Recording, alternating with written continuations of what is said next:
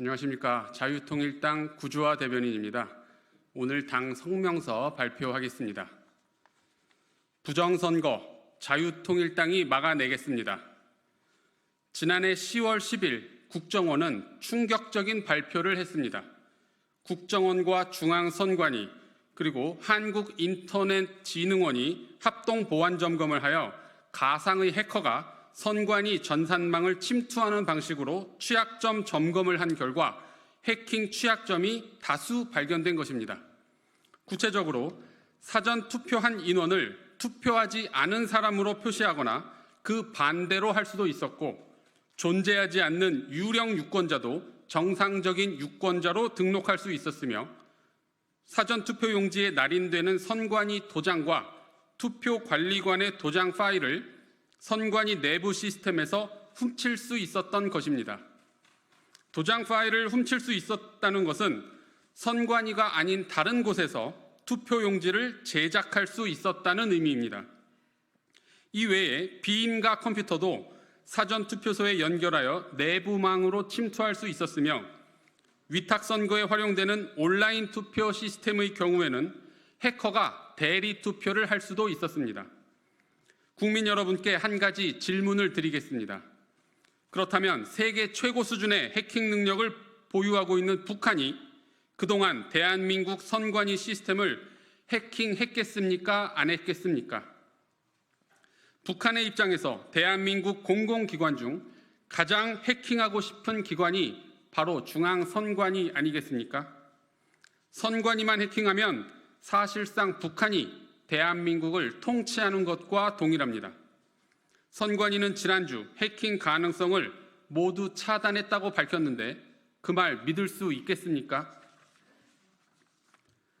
자유통일당은 4년 전 4.15 총선 이후 정당 스스로 원고가 되어, 그리고 비례투표에 대하여, 그리고 어느 한 지역구가 아닌 총선 전체에 대하여 유일하게 대법원에 선거 무효 소송을 제기하였습니다. 공직선거법 제225조에 의하면 선거소송은 다른 소송에 우선하여 신속히 재판하여야 하며, 소가 제기된 날부터 180일 이내, 즉 6개월 내에 처리하여야 합니다. 그러나 대법원은 재판을 열 생각이 없었고, 자유통일당은 무려 128회에 이르는 변론기일 지정 신청을 하기도 하였습니다. 소가 제기된 후 3년이 지난 2023년 5월이 되어서야 대법원은 억지로 1회 변론기일을 열었고, 재검표 등 어떠한 실질적인 증거조사도 진행하지 않고 변론을 종결한 뒤 다음 달 곧바로 원고 패소 판결을 하였습니다. 대법원은 도대체 왜 공직선거법을 명백하게 위반하는 불법 행위를 하여 대법관 4명이 모두 직무유기죄로 고발 조치되고 위자료 소송까지 당하는 수모를 겪으면서도 3년 동안 재판을 열 수 없었던 것일까요?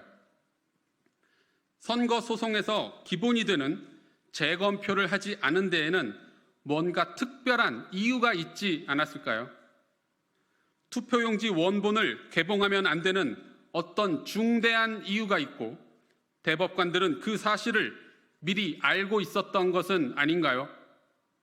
자유통일당은 이러한 합리적인 의심을 할 수밖에 없습니다.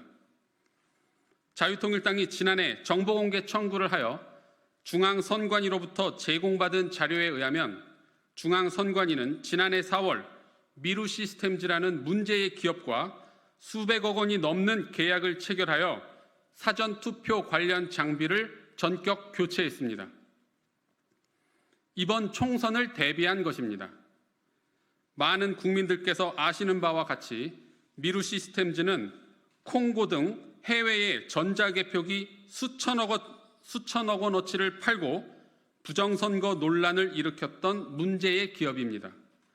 그럼에도 중앙선관위는 계속해서 미루시스템즈에게 대한민국 선거 시스템을 모두 맡기고 있습니다. 그 이유가 도대체 무엇입니까? 작년 10월 주간조선의 여론조사 결과에 의하면 보수층의 과반수가 선거 조작이 있었을 것이라고 답변했습니다. 더불어민주당은 수년 전부터 국민들에게 사전투표를 하라고 독려합니다.